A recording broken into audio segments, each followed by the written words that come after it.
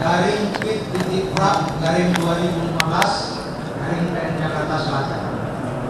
Demi keadilan berdasarkan ketuhanan yang Maha Esa, Pengadilan Negeri Jakarta Selatan yang memeriksa dan mengadili perkara pra-peradilan pada peradilan tingkat pertama telah menjatuhkan putusan sebagai berikut dalam perkara antara Komisaris Jenderal Polisi Dr. Budi Gunawan SHMS beralamat di Jalan Duren 3 Barat 6 nomor 21 Bajoran, Jakarta Selatan. Dalam hal ini diwakili oleh kuasanya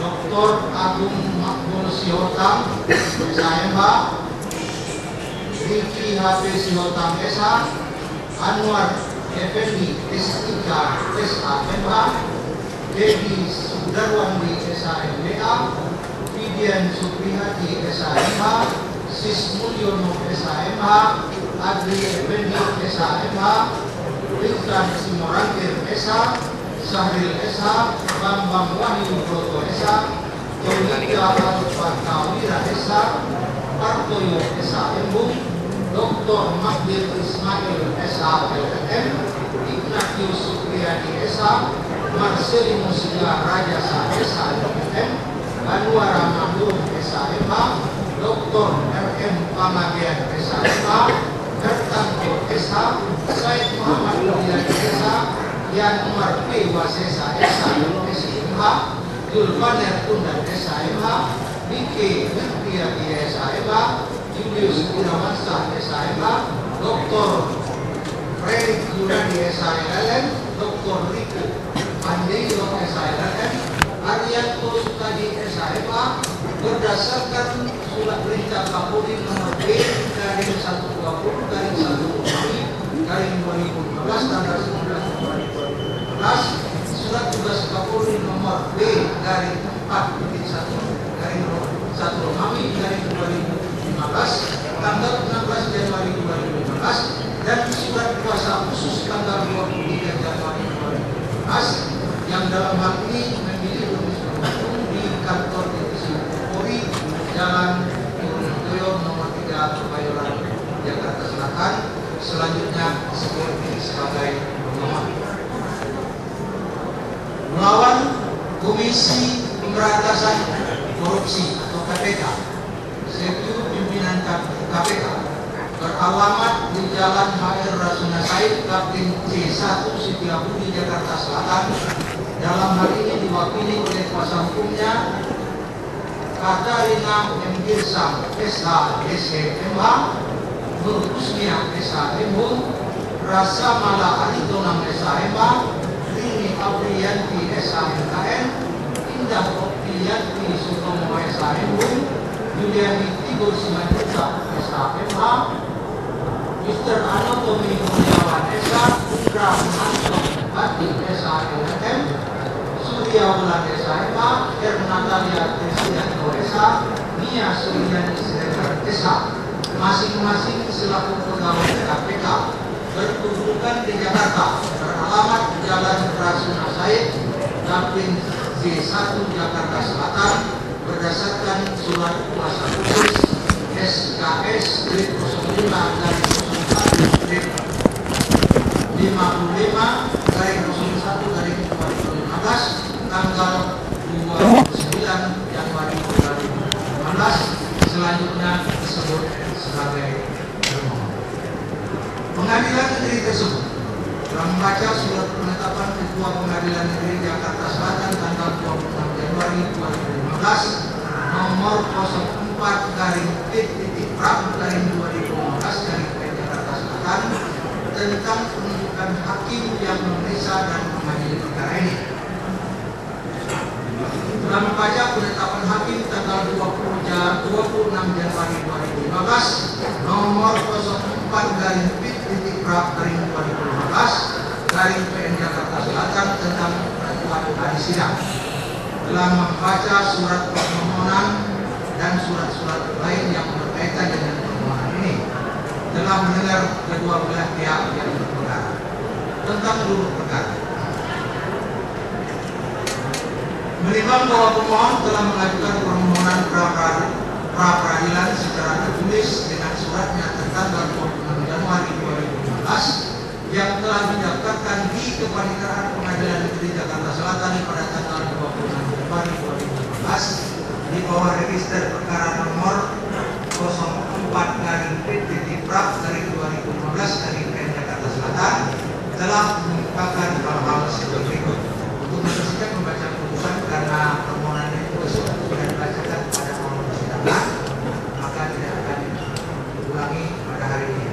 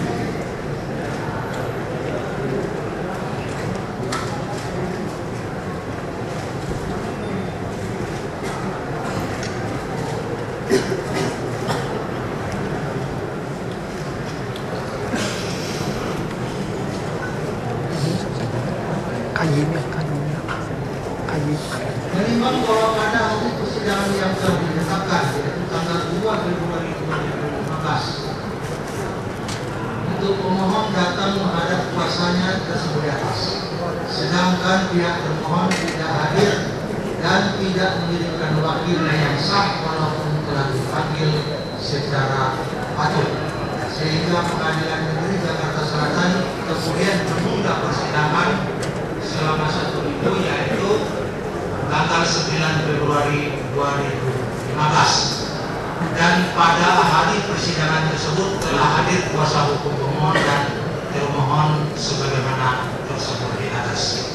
Menimbang bahwa pengadilan telah menjelaskan kepada kuasa termohon tentang permohonan pra peradilan tersebut dan kuasa termohon menyatakan sudah menerima surat permohonan tersebut. Menimbang bahwa seterusnya dilakukan pembacaan surat permohonan pra peradilan yang isinya tetap dipertahankan oleh pemohon. Menimbang bahwa selanjutnya kuasa termohon telah mengajukan jawaban secara tertulis dengan suratnya tertanggal 9 Februari 2015 dengan uraian sebagai berikut. Untuk mempersiapkan pembacaan putusan ini, jawaban ini juga tidak akan dibacakan karena telah dibacakan pada persidangan sebelumnya.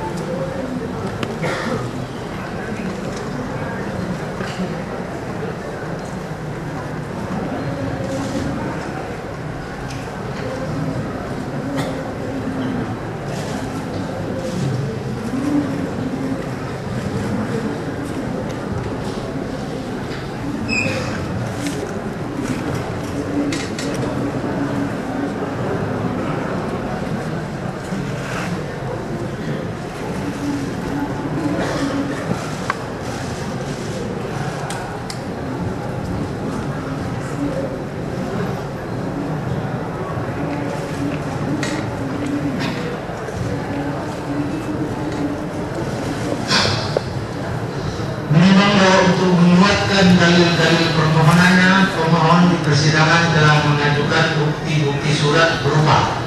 Untuk mempersingkat pembacaan putusan ini, juga bukti satu persatu tidak akan dibacakan.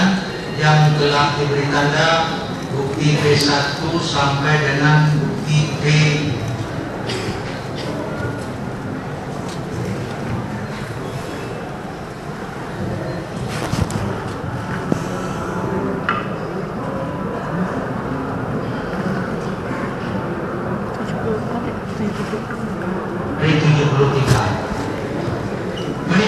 selain bukti surat tersebut di atas, pihak pemohon telah mengajukan saksi-saksi maupun ahli yang masing-masing telah memberikan keterangan di bawah sumpah yang pada pokoknya adalah sebagai berikut. Untuk mempersingkat pembacaan putusan ini, keterangan saksi juga tidak akan dibacakan dan telah termuat di dalam putusan ini.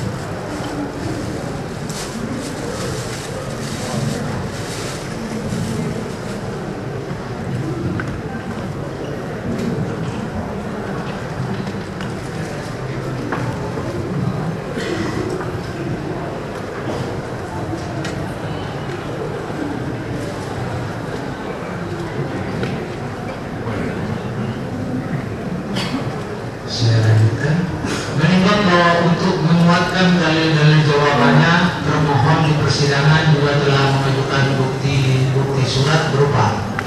Untuk mempersingkat pembacaan putusan, bukti dari termohon juga tidak akan dibacakan. Bukti T1 sampai dengan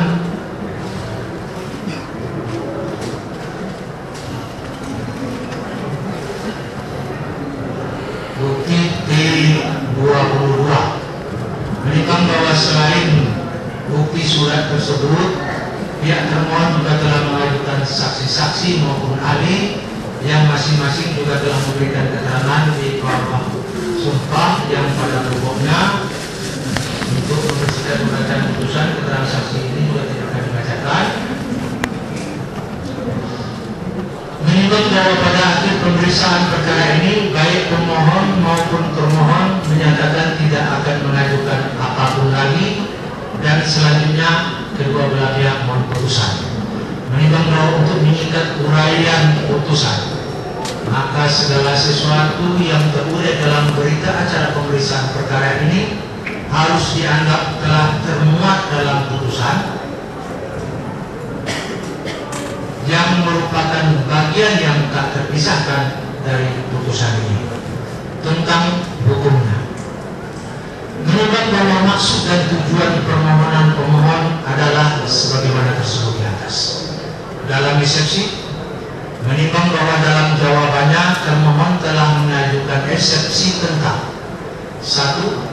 Objek permohonan pra-peradilan bukan kewenangan hakim pra-peradilan.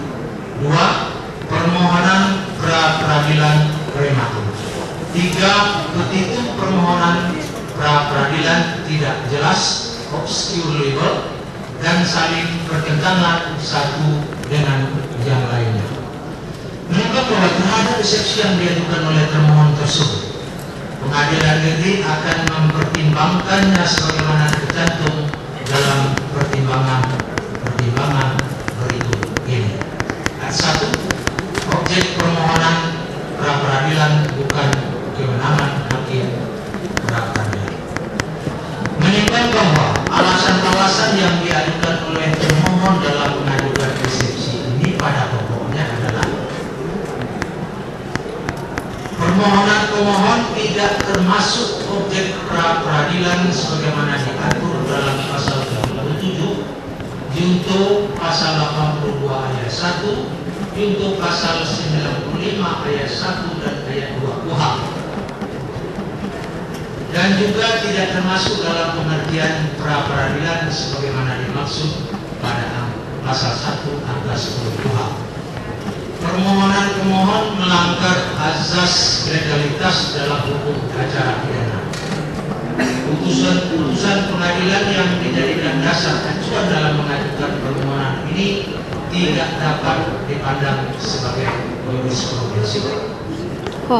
Menimbang bahwa pasal 1 angka 10 KUHP merumuskan pengertian pra-peradilan adalah wewenang pengadilan negeri untuk memeriksa dan memutus menurut cara yang diatur dalam undang-undang ini tentang a.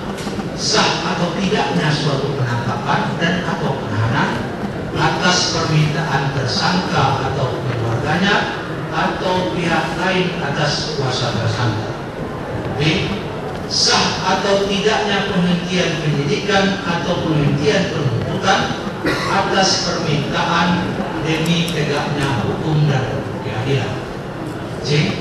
Permintaan ganti kerugian atau rehabilitasi oleh tersangka atau keluarganya atau pihak lain atas kuasanya yang perkaranya tidak diajukan ke pengadilan. Menimbang bahwa rumusan pasal 77 KUHP adalah sebagai berikut. Pengadilan negeri berwenang untuk memeriksa dan memutus sesuai dengan ketentuan yang diatur dalam undang-undang ini tentang a. sah atau tidaknya penangkapan, penahanan, penghentian penyidikan atau penghentian penuntutan. B. Ganti kerugian dan atau rehabilitasi bagi seorang yang perkara pidananya dihentikan pada tingkat penyidikan atau penuntutan. Menimbang bahwa dari rumusan pengertian pasal 1 angka 10 untuk pasal 77, untuk pasal 82 ayat 1, untuk pasal 95 ayat 1 dan ayat 2 KUHP tersebut dapat diketahui dengan jelas bahwa sah atau tidaknya penetapan tersangka tidak termasuk objek pra-peradilan karena hal itu tidak diatur. Menimbang bahwa demikian pula halnya dengan segala ketentuan peraturan perundang-undangan pidana khusus yang berlaku sebagai hukum positif di Indonesia, juga tidak ada ditemukan aturan yang mengatur kalau pengujian tentang sah atau tidaknya penetapan tersangka menjadi objek pra-peradilan. Menimbang bahwa masalahnya sekarang adalah karena hukumnya tidak mengatur apakah hakim boleh menolak suatu perkara dengan alasan pertimbangan bahwa hukum tidak mengatur atau hukumnya tidak jelas atau hukumnya tidak ada.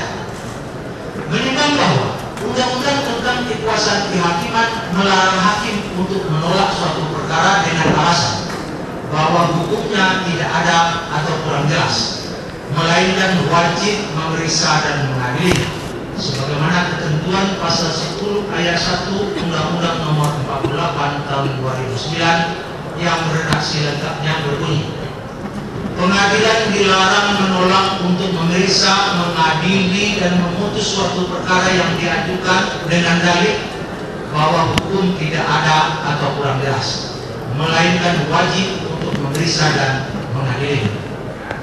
Menimbang bahwa larangan menolak untuk memeriksa, mengadili dan memutus perkara itu dibarengi dengan kewajiban bagi hakim untuk menggali, mengikuti dan memahami nilai-nilai hukum dan rasa keadilan yang hidup dalam masyarakat sebagaimana ditentukan dalam pasal 5 ayat 1 Undang-Undang Nomor 48 Tahun 2009 yang redaksi lengkapnya sebagai berikut: hakim dan hakim konstitusi wajib menggali, mengikuti dan memahami nilai-nilai hukum dan rasa keadilan yang hidup dalam masyarakat. Menimbang bahwa larangan bagi hakim menolak untuk memeriksa, mengadili dan memutus suatu perkara dengan dalil atau alasan bahwa hukumnya tidak ada, tentunya melahirkan kewenangan yang diberikan kepada hakim untuk menetapkan hukum yang semula hukumnya tidak ada menjadi ada, atau yang semula hukumnya kurang jelas menjadi jelas. Menimbang bahwa kewenangan hakim untuk menetapkan hukum yang semula hukumnya tidak ada menjadi ada dilakukan dengan menggunakan metode penemuan hukum atau fact finding yang jika dikaji secara ilmiah atau keilmuan dan secara yuridis harus dapat dipertanggungjawabkan. Menimbang bahwa kewenangan hakim untuk menetapkan hukum yang semula hukumnya tidak jelas menjadi jelas dilakukan dengan menggunakan dan menerapkan metode penafsiran atau interpretasi. Menimbang bahwa dalam perkara itu permohonan dari pemohon adalah tentang sah atau tidaknya penetapan tersangka terhadap pemohon yang dilakukan oleh termohon. Menimbang bahwa penetapan tersangka adalah merupakan bagian dari proses penyidikan. Bahkan ahli hukum pidana Dr. Renat Arifsidata Esa berpendapat bahwa penetapan tersangka adalah merupakan hasil dari penyidikan. Menimbang bahwa dari rumusan pengertian pra-peradilan pada pasal 1 angka 10 KUHP dan norma hukum pengaturan kewenangan pra-peradilan sebagaimana tercantum dalam pasal 77 KUHP dapat disimpulkan keberadaan lembaga pra-peradilan adalah sarana atau tempat untuk menguji tindakan upaya paksa yang dilakukan oleh aparat penegak hukum dalam tindak penyidikan dan penuntutan. Apakah tindakan upaya paksa yang dilakukan oleh penyidik pada tingkat penyidikan dan oleh penuntut umum pada tingkat penuntutan sudah dilakukan menurut ketentuan dan tata cara yang diatur dalam undang-undang atau tidak? Menimbang bahwa dalam kaitannya dengan permohonan dari pemohon pra-peradilan ini, maka timbul pertanyaan, apakah penetapan tersangka terhadap diri pemohon yang dilakukan oleh termohon dapat dikualifikasi sebagai tindakan upaya paksa?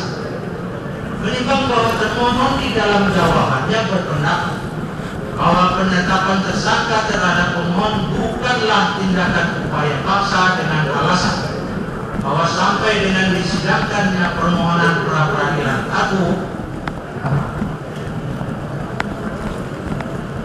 termohon belum melakukan upaya paksa apapun terhadap diri pemohon, baik berupa penangkapan, penahanan, pemasukan rumah, penyitaan, atau penggeledahan terhadap diri pemohon. Bahkan di persidangan, kuasa termohon mempertanyakan apakah penetapan tersangka merupakan tindakan upaya paksa. Menimbang bahwa pendapat termohon tersebut di atas secara hukum tidak dapat dibenarkan karena harus dipahami arti dan makna tindakan upaya paksa secara benar, bahwa segala tindakan penyidik dalam proses penyidikan dan segala tindakan penuntut umum dalam proses penuntutan adalah merupakan tindakan upaya paksa karena telah menempatkan atau menggunakan label pro justisia pada setiap tindakan.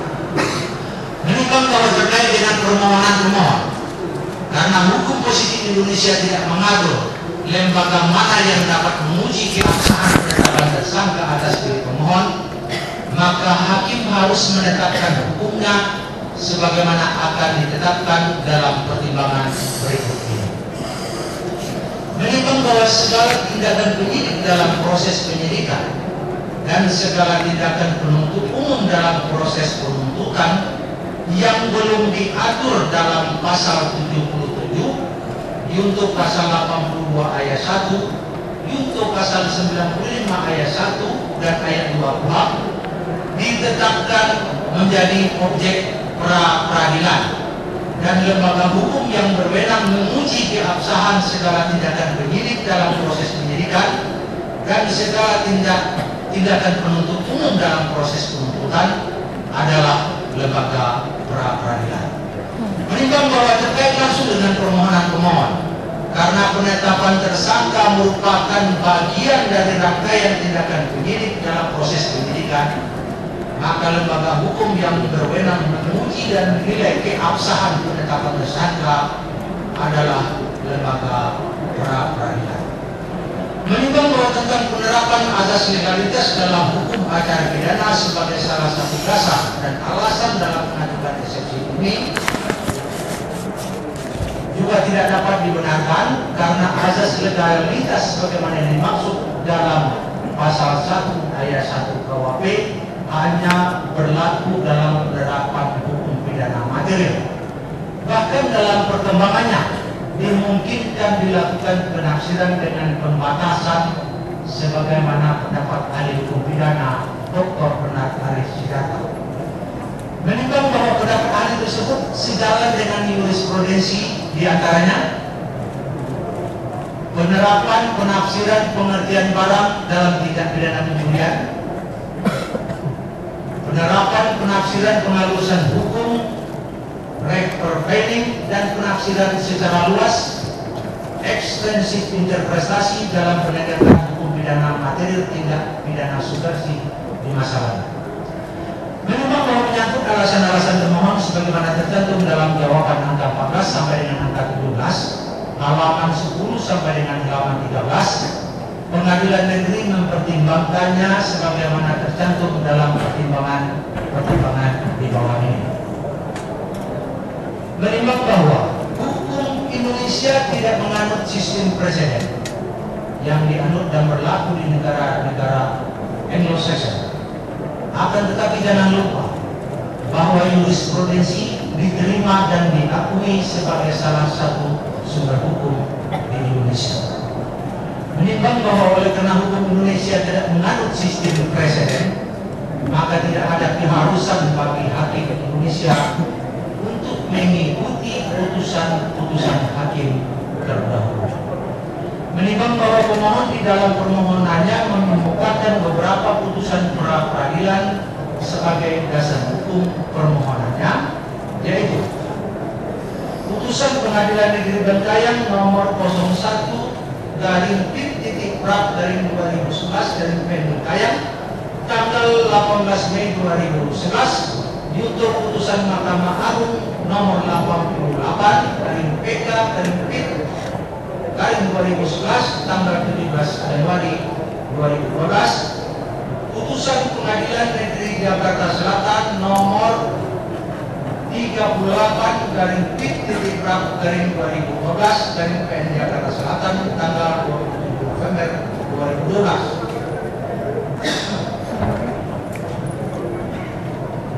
Menimbang bahwa dari jawaban termohon pada halaman 10 sampai dengan halaman 13, angka 14 sampai dengan 17, dapat disimpulkan bahwa termohon tidak menerima kalau putusan-putusan tersebut di atas disebut sebagai suatu jurisprudensi. Menimbang bahwa terlepas dari apakah putusan Pengadilan Negeri Bengkayang nomor 01/PIT-PRAP/2011 tanggal 18 Mei 2011, yaitu putusan Mahkamah Agung nomor 88/PK/PIT-2011 tanggal 17 Januari 2012, dan putusan Pengadilan Negeri Jakarta Selatan nomor 38/PIT-PRAP/2012 Jakarta Selatan tanggal 27 November 2012 dapat diterima sebagai jurisprudensi atau tidak. Namun yang pasti adalah bahwa hakim yang memeriksa perkara akuo tidak akan menggunakan putusan-putusan tersebut sebagai dasar pertimbangan dalam memutus perkara akuo. Menimbang bahwa berdasarkan pertimbangan tersebut di atas, maka eksepsi tersebut haruslah ditolak. Kedua, permohonan pra-peradilan prematur. Menimbang bahwa alasan-alasan yang dikemukakan termohon dalam mengajukan eksepsi ini pada pokoknya adalah bahwa termohon belum melakukan upaya paksa apapun terhadap pemohon, baik berupa penangkapan, penahanan, pemasukan rumah, atau penggeledahan terhadap diri pemohon. Menimbang bahwa alasan-alasan termohon tersebut secara hukum tidak dapat dibenarkan karena termohon telah keliru memahami arti dan makna upaya paksa dalam proses penegakan hukum pidana. menimbang bahwa sebagaimana telah dipertimbangkan sebelumnya bahwa segala tindakan penyidik dalam proses pada tingkat penyidikan dan segala tindakan penuntut umum dalam proses pada tingkat penuntutan adalah merupakan tindakan upaya paksa karena telah melibatkan dan digunakan pada pro justisia pada setiap tindakan. Menimbang bahwa dengan demikian eksepsi termohon tentang hal ini haruslah ditolak. Hak 3, petitum permohonan pra peradilan tidak jelas, obscurable, dan saling bertentangan satu dengan lainnya. Menimbang bahwa hukum yang digunakan dan diberlakukan dalam memeriksa dan memutus perkara permohonan pra peradilan adalah hukum acara pidana. Menimbang bahwa eksepsi termohon tersebut pada angka 3 di atas hanya dikenal dalam hukum acara perdata. Oleh karenanya eksepsi termohon tentang hal ini tidak perlu dipertimbangkan dan harus dikesampingkan. Menimbang bahwa berdasarkan segala pertimbangan-pertimbangan di atas, maka seluruh eksepsi dari termohon harus dinyatakan ditolak. Dan dengan putusan ini pengadilan negeri menetapkan bahwa sah atau tidaknya penetapan tersangka merupakan objek pra peradilan. Wow. Dalam pokok perkara,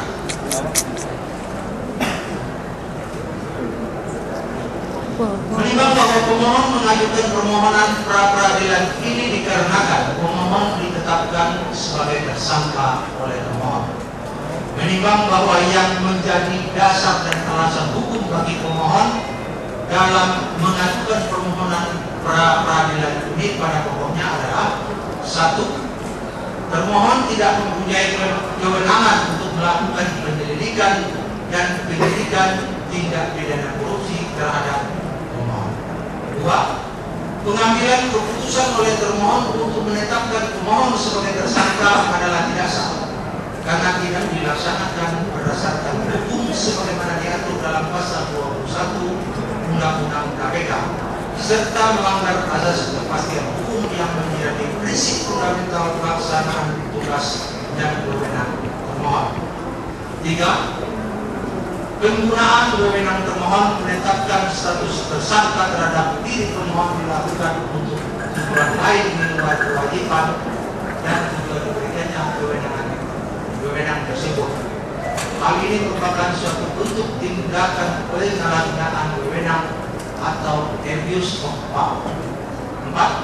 Keputusan termohon untuk menetapkan status pemohon sebagai tersangka tanpa pernah sama sekali memanggil dan atau meminta keterangan pemohon secara resmi adalah tindakan yang bertentangan dengan azas kepastian hukum yang menjadi fundamental pelaksanaan wewenang termohon berdasarkan Undang-Undang KPK. Menimbang bahwa untuk membuktikan dalil-dalil permohonannya, pemohon telah mengajukan bukti surat yang telah diberi tanda bukti B1 sampai dengan B73. Menimbang bahwa selain mengajukan bukti surat tersebut di atas, pemohon juga telah mengajukan 4 orang saksi dan 4 orang ahli. Menimbang bahwa tentang bukti-bukti surat yang diajukan pemohon, sepanjang bukti surat tersebut telah dicocokkan dengan hasilnya dan relevan untuk pembuktian dalil-dalil permohonannya, maka bukti surat tersebut dapat dipergunakan untuk pembuktian perkara ini. Menimbang bahwa saksi-saksi yang diajukan oleh pemohon karena telah memberikan keterangan di bawah sumpah, maka keterangan saksi-saksi tersebut sepanjang relevan dengan pembuktian dalil-dalil permohonan pemohon, maka keterangan saksi-saksi tersebut dapat digunakan untuk pembuktian perkara ini. Menimbang bahwa para ahli yang diajukan pemohon karena telah memberikan keterangan di bawah sumpah, maka pendapat para ahli tersebut dapat dijadikan dasar acuan dalam mempertimbangkan perkara ini. Menimbang bahwa termohon telah menolak dan membantah seluruh dalil-dalil yang disampaikan oleh pemohon dalam permohonannya, kecuali terhadap hal-hal yang secara tegas diakui oleh termohon dalam jawaban. Menimbang bahwa penolakan atau bantahan termohon tersebut terlihat jelas seperti yang dikemukakan termohon dalam jawabannya, yang pada pokoknya adalah: 1. Termohon mempunyai kewenangan untuk melakukan penyelidikan dan penyidikan tindak pidana korupsi terhadap pemohon. 2. Pengambilan keputusan oleh termohon untuk menetapkan pemohon sebagai tersangka adalah sah karena dilaksanakan berdasarkan hukum sebagaimana diatur dalam pasal 21 Undang-Undang KPK, serta telah sesuai dengan azas kepastian hukum yang menjadi prinsip fundamental pelaksanaan tugas dan kewenangan termohon. 3. Penggunaan kewenangan termohon dalam penetapan status tersangka terhadap diri pemohon telah sesuai dengan tujuan diberikannya wewenang kepada termohon, sehingga bukan merupakan penyalahgunaan wewenang. 4.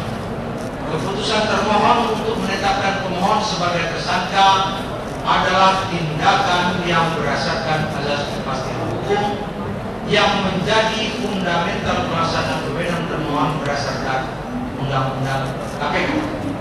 Menimbang bahwa untuk membuktikan dalil-dalil sangkalannya atau bantahannya tersebut, termohon telah mengajukan bukti surat yang telah diberi tanda bukti T1 sampai dengan bukti T22. Menimbang bahwa selain mengajukan bukti-bukti surat tersebut di atas, termohon juga telah mengajukan 4 orang saksi dan 3 orang ahli.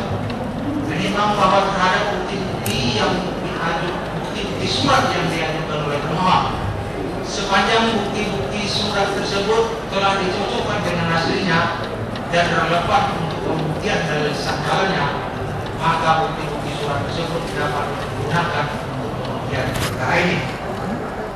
Menimbang bahwa saksi-saksi yang diajukan oleh termohon karena telah memberikan keterangan di bawah sumpah, maka keterangan saksi-saksi tersebut sepanjang relevan dengan pembuktian dalil-dalil sangkalan termohon, maka keterangan saksi-saksi tersebut dapat dipergunakan untuk pembuktian perkara ini.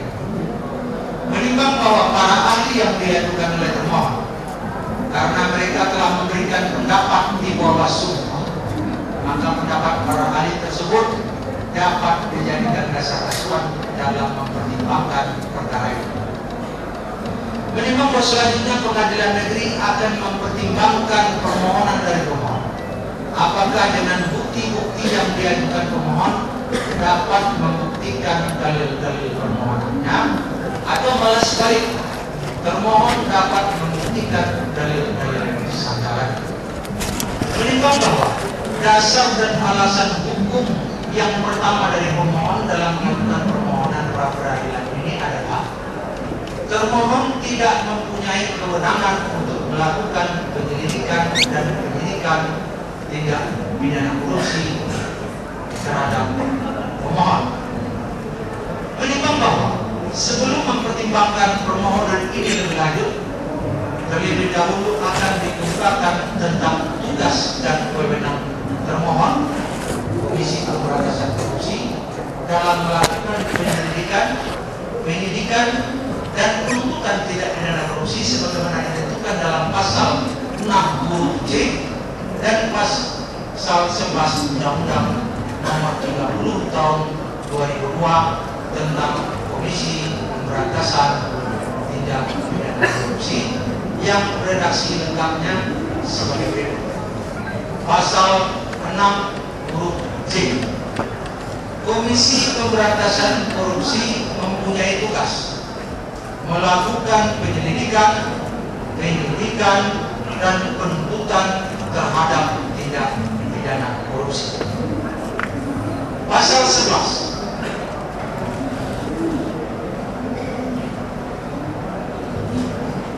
Dalam melaksanakan tugas sebagaimana dimaksud dalam pasal 6 huruf C, Komisi Pemberantasan Korupsi berwenang melakukan penyelidikan, penyidikan, dan penuntutan tindak pidana korupsi yang a. melibatkan aparat penegak hukum, penyelenggara negara, dan orang lain yang ada kaitannya dengan tindak pidana korupsi yang dilakukan oleh aparat penegak hukum penyelenggara negara. B. Mendapat perhatian yang meresahkan masyarakat. Dan atau C. Menyangkut kerugian negara paling sedikit 1 miliar rupiah. Menimbang bahwa pasal 11 huruf A Undang-Undang Nomor 30 Tahun 2004 memberikan batasan mengenai orang-orang sebagai subjek hukum pelaku tindak pidana korupsi yang menjadi kewenangan KPK untuk melakukan penyelidikan, penyidikan dan penuntutan tindak pidana korupsi, yaitu aparat penegak hukum, penyelenggara negara, orang lain yang ada kaitannya dengan tindak pidana korupsi yang dilakukan oleh aparat penegak hukum atau penyelenggara negara. Menimbang bahwa undang-undang tidak memberikan penjelasan tentang pengertian aparat penegak hukum dan juga tidak menjelaskan tentang siapa saja yang termasuk aparat penegak hukum. Menimbang bahwa secara harfiah aparat penegak hukum dapat diartikan sebagai aparat negara yang diberi wewenang oleh undang-undang melaksanakan tugas-tugas penegakan hukum. Menimbang bahwa dari pengertian tersebut di atas dapat diketahui dengan jelas tentang siapa saja yang termasuk atau disebut sebagai aparat penegak hukum, yaitu penyelidik, penyidik, jaksa, penuntut umum, hakim. Menimbang bahwa yang dimaksud sebagai penyelenggara negara sebagaimana dimaksud dalam pasal 1 angka 1 Undang-Undang Nomor 28 Tahun 1999 tentang penyelenggaraan negara yang bersih dan bebas dari korupsi, kolusi dan nepotisme adalah pejabat negara yang menjalankan fungsi eksekutif, legislatif atau yudikatif dan pejabat lain yang fungsi dan tugas pokoknya berkaitan dengan penyelenggaraan negara sesuai dengan ketentuan peraturan perundang-undangan yang berlaku. Menimbang bahwa lebih lanjut dalam pasal 2 Undang-Undang Nomor 28 Tahun 99 tentang penyelenggaraan negara yang bersih dan bebas dari korupsi dan nepotisme disebutkan bahwa penyelenggara negara terdiri dari 1. Pejabat negara pada lembaga tertinggi negara. 2. Pejabat negara pada lembaga tinggi negara. 3. Menteri.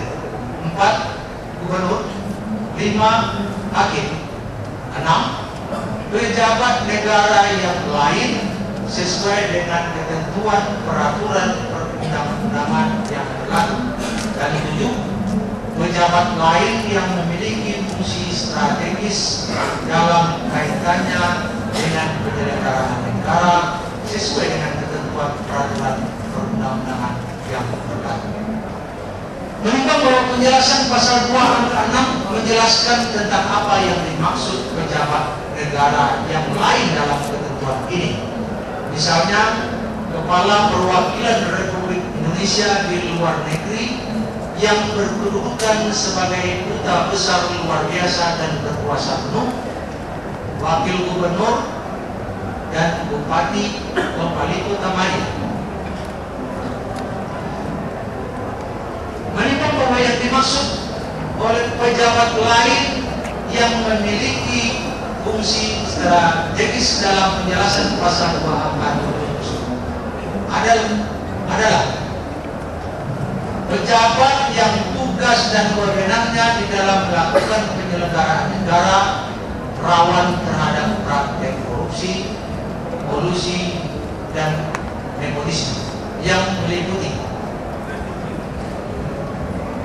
direksi, komisaris, dan pejabat struktural lainnya pada badan usaha milik negara dan badan usaha milik daerah, pimpinan Bank Indonesia dan pimpinan Badan Penyihatan Perbankan Nasional, pimpinan perguruan tinggi negeri, pejabat eselon 1 dan pejabat lain yang disamakan di lingkungan sipil, militer dan kepolisian negara Republik Indonesia, jaksa, penyidik, panitera pengadilan, dan pemimpin dan bendaharawan proyek.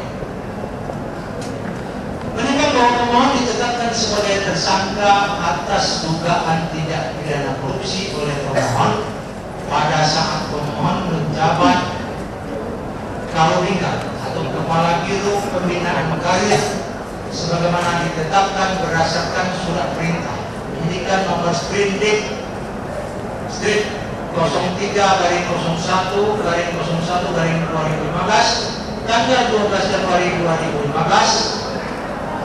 bukti T9, dan dalam bukti T9 tersebut dikatakan bahwa dugaan tindak pidana korupsi tersebut dilakukan dalam rentang waktu tahun 2003 sampai dengan tahun 2006 sejak diangkatnya pemohon berdasarkan surat keputusan Kapolri nomor Pol Skep garing 217/4/2003 tanggal 24 April 2003 tentang pemberhentian dan pengangkatan dalam jabatan di lingkungan Polri atas nama Dr. Rundus Budi Gunawan Esa, MSI, PhD, pangkat Kombes Pol NRP 59120980 dari jabatan lama Pamen Mabes Polri, Ajudan Presiden Republik Indonesia, ke jabatan baru Karobingkar Desum Daman Polri terhitung mulai tanggal 24 April 2003.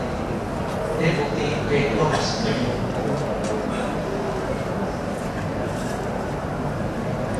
Menimbang bahwa selanjutnya timbul pertanyaan, apakah pemohon termasuk orang-orang sebagai subjek hukum pelaku tindak pidana korupsi yang menjadi kewenangan KPK atau termohon untuk melakukan penyelidikan dan penuntutan tindak pidana korupsi? Menimbang bahwa yang pertama kali perlu dibuktikan adalah mengenai jabatan pemohon sebagai Karobingka. Apakah jabatan tersebut dalam organisasi Polri termasuk aparat penegak hukum atau penyelenggara negara? Menimbang bahwa dalam lampiran D keputusan Kapolri nomor Pol Kep garing 53/10 Romawi garing 2002 tanggal 17 Oktober 2002 tentang organisasi dan tata kerja satuan-satuan organisasi pada tingkat markas pusat Kepolisian Negara Republik Indonesia, organisasi dan tata kerja staf Deputi Kapolri bidang sumber daya manusia, disebutkan bahwa Karobingkar merupakan salah satu unsur pelaksana dari SDSDM dan menurut pasal 4 Kepres nomor 70 tahun 2002 tentang organisasi dan tata kerja Kepolisian Negara Republik Indonesia, Deputi Kapolri bidang sumber daya manusia adalah unsur pembantu pimpinan dan pelaksana staf dalam bidang manajemen sumber daya manusia. Menimbang bahwa menurut bukti P14 yang berupa surat keterangan nomor sket garing 2/1 Romawi garing 2015 tanggal 30 Januari 2015 tentang jabatan Kepala Biro Pembinaan Garis Staf Deputi Sumber Daya Manusia Polri yang didukung oleh bukti P15 berupa surat keterangan nomor B garing 4/1 Romawi garing 2015 MSDM tanggal 30 Januari 2015 berikut lampiran-lampiran dari bukti P15 yang diberikan dan bukti P15A hingga bukti P15B. Ternyata jabatan Karobingkar merupakan jabatan administratif dengan golongan eselon 2A1 dan tidak termasuk dalam pengertian sebagai penyelenggara negara, mengingat jabatan tersebut bukan termasuk eselon 1. Menimbang bahwa lebih lanjut dalam bukti P14 maksud di atas disebutkan bahwa jabatan Karobingkar adalah satu jabatan di bawah Deputi Kapolri bidang sumber daya manusia yang merupakan unsur pembantu pimpinan dan pelaksana staf dan bukan aparat penegak hukum karena jabatan Karobingkar tidak memiliki kewenangan untuk melakukan tugas-tugas penegak hukum.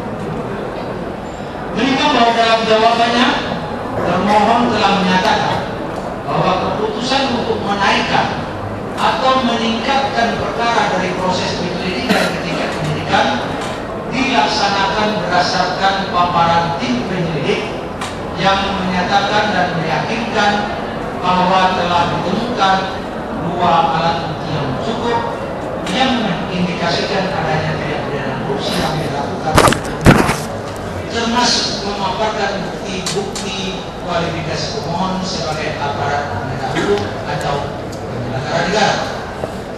Menimbang bahwa walaupun dalam jawabannya termohon telah menyatakan bahwa termohon telah memaparkan bukti-bukti kualifikasi pemohon sebagai aparat penegak hukum atau penyelenggara negara, namun sepanjang pemeriksaan perkara ini bukti-bukti dimaksud tidak pernah diajukan oleh termohon, sehingga Pengadilan Negeri berkesimpulan bahwa termohon tidak dapat membuktikan bahwa pemohon saat menjabat sebagai kepala biro lingkar adalah sebagai aparat penegak hukum atau penyelenggara negara sebagaimana dimaksud dalam ketentuan pasal 11 huruf A Undang-Undang KPK. Menimbang bahwa saat pemohon menjabat sebagai kepala biro, masyarakat sama sekali tidak mengenal pemohon, dan masyarakat baru mengenal pemohon saat pemohon ditetapkan sebagai calon Kapolri oleh Presiden Republik Indonesia, dan sehari sebelum melakukan fit dan protes, pemohon ditetapkan sebagai tersangka oleh termohon Komisi Pemberantasan Korupsi, sehingga kualifikasi mendapat perhatian yang meresahkan masyarakat sebagaimana dimaksud dalam pasal 11 huruf B Undang-Undang KPK pun tidak terpenuhi.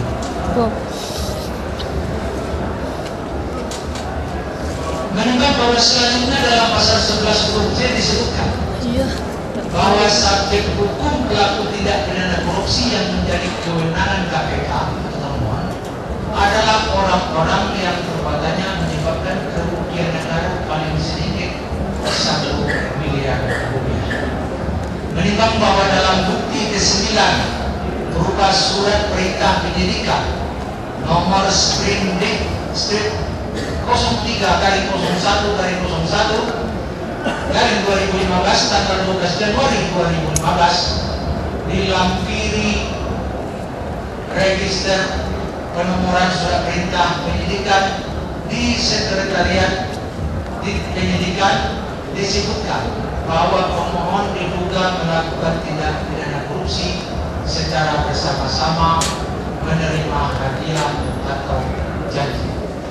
Menimbang bahwa perbuatan menerima hadiah atau janji dalam Undang-Undang Nomor 31 Tahun 99 yang telah diubah dengan Undang-Undang Nomor 20 Tahun 2001 tentang pemberantasan tindak pidana korupsi tidak dikaitkan dengan timbulnya kerugian negara, karena perbuatan tersebut berhubungan dengan penyalahgunaan kekuasaan atau kewenangan, sehingga dengan demikian maka apa yang diduga dilakukan oleh pemohon tidaklah menyebabkan kerugian keuangan negara, sehingga kualifikasi dalam pasal 11 huruf C Undang-Undang KPK pun tidak terpenuhi.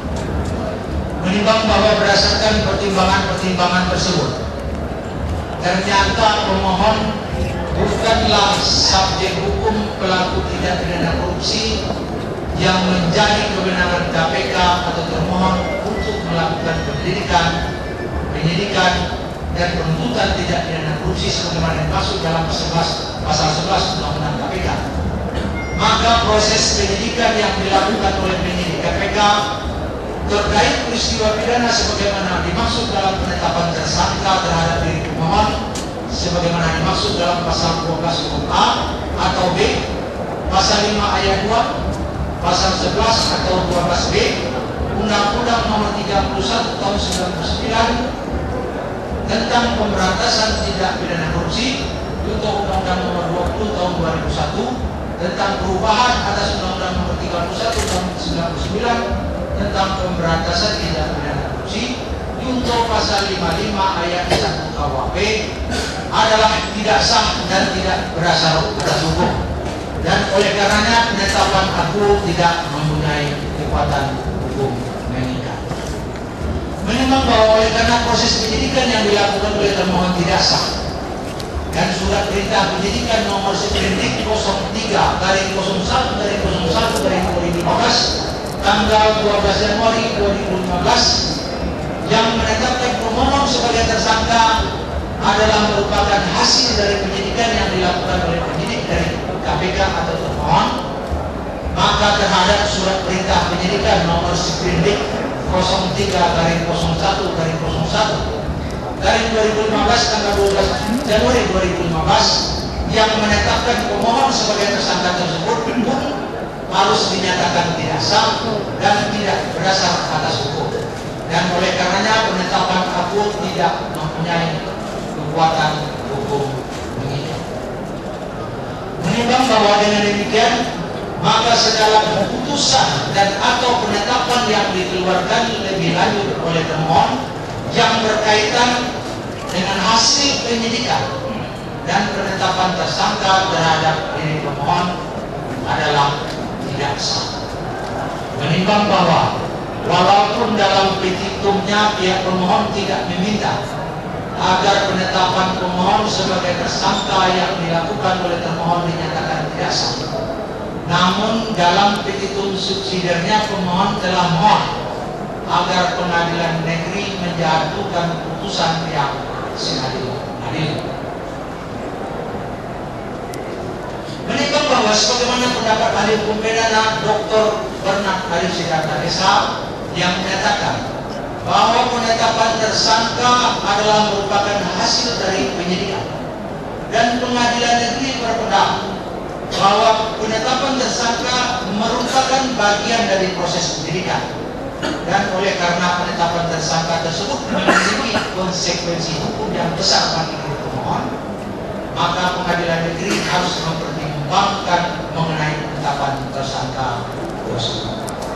Menimbang bahwa oleh karena proses penyidikan yang dilakukan oleh penyidik KPK berdasarkan surat perintah penyidikan nomor seperindik 03/01/2015 tanggal 12 Januari 2015 telah dinyatakan tidak sah, maka penetapan tersangka atas diri pemohon yang dilakukan oleh termohon pun harus dinyatakan tidak sah.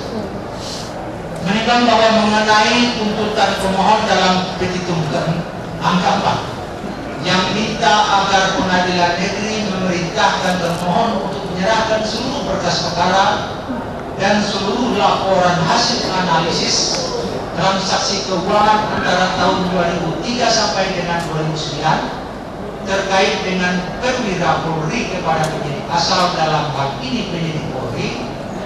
Oleh karena sepanjang pemeriksaan perkara ini pemohon tidak dapat membuktikan bahwa benar seluruh berkas perkara dan seluruh laporan hasil analisis dimaksud berada di tangan termohon, dan pihak termohon pun tidak pernah mengajukan berkas perkara dan seluruh laporan hasil analisis dimaksud sebagai bukti, maka terhadap tuntutan tersebut haruslah ditolak. Menimbang bahwa demikian pula halnya dengan tuntutan agar pengadilan negeri menyatakan bahwa perbuatan termohon yang menetapkan pemohon sebagai tersangka telah mengakibatkan kerugian sebesar 1 juta rupiah. Oleh karena selama pemeriksaan perkara ini pihak pemohon tidak pernah membuktikan timbulnya kerugian tersebut, maka tuntutan ini pun haruslah ditolak. Menimbang bahwa berdasarkan pertimbangan-pertimbangan tersebut di atas, maka pengadilan negeri menyatakan mengabulkan permohonan pemohon untuk sebagian dan menolak untuk selebihnya. Menimbang bahwa terhadap bukti-bukti lainnya yang tidak memiliki relevansi dengan perkara agung, maka terhadap bukti-bukti tersebut harus dikesampingkan. Menimbang bahwa oleh karena permohonan pra-peradilan pemohon dikabulkan, maka seharusnya biaya yang timbul dalam perkara ini dibebankan kepada negara yang saat ini. memperhatikan ketentuan Undang-Undang Nomor 8 Tahun 2001 dan peraturan perundang-undangan lainnya yang bersangkutan. Mengenai dalam eksepsi, menolak eksepsi termohon untuk seluruh dalam pokok perkara. 1. Mengabulkan permohonan pemohon pra peradilan untuk sekalian. 2.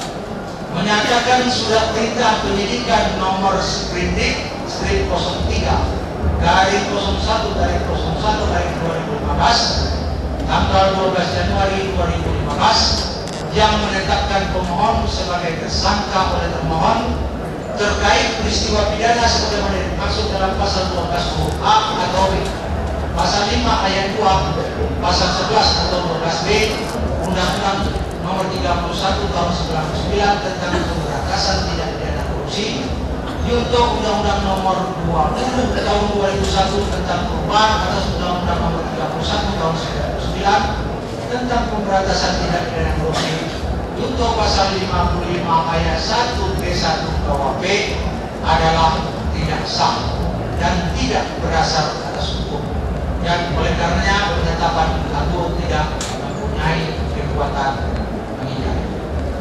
3. Menyatakan penyidikan yang dilakukan oleh termohon terkait peristiwa pidana sebagaimana dimaksud dalam penetapan tersangka terhadap diri pemohon sebagaimana dimaksud dalam pasal 12 huruf A atau pasal 5 ayat 2, pasal 11 atau 12 Undang-Undang Nomor 31 Tahun 99 tentang pemberantasan tindak pidana korupsi, untuk Undang-Undang Nomor 20 Tahun 2001 tentang perubahan atas Undang-Undang Nomor 31 Tahun 99 tentang pemberantasan tindak pidana korupsi, untuk pasal 55 ayat 1 G1 KUHP adalah tidak sah dan tidak berdasar atas hukum, dan oleh karenanya penyidikan aku tidak mempunyai kekuatan hukum mengikat. 4. Menyatakan penetapan tersangka atas diri pemohon yang dilakukan oleh termohon adalah tidak sah. 5. Menyatakan tidak sah segala keputusan atau penetapan yang dibuatkan lebih lanjut oleh termohon yang berkaitan dengan penetapan tersangka terhadap diri pemohon oleh termohon. 6. Membebankan biaya perkara kepada negara sebesar 3. Menolak permohonan pemohon pra peradilan selain dan selebihnya. Demikian putusan ini dijatuhkan pada hari Senin tanggal 16 Februari 2015 oleh Haji Sapin Rizaldi SHMH, Hakim pra peradilan pada Pengadilan Negeri Jakarta Selatan. Putusan tersebut diucapkan dalam sidang yang terbuka untuk umum pada hari ketiga oleh Hakim besok dengan dibantu Ayu Triana Listiati SHMH, Panitera pengganti pada pengadilan tersebut, dengan dihadiri oleh kuasa pemohon serta kuasa termohon. Demikian, dengan selesainya pembacaan putusan ini, maka seluruh rangkaian pemeriksaan perkara permohonan pra peradilan ini telah selesai dan sidang menyatakan ditutup. Bawa dong. Itu.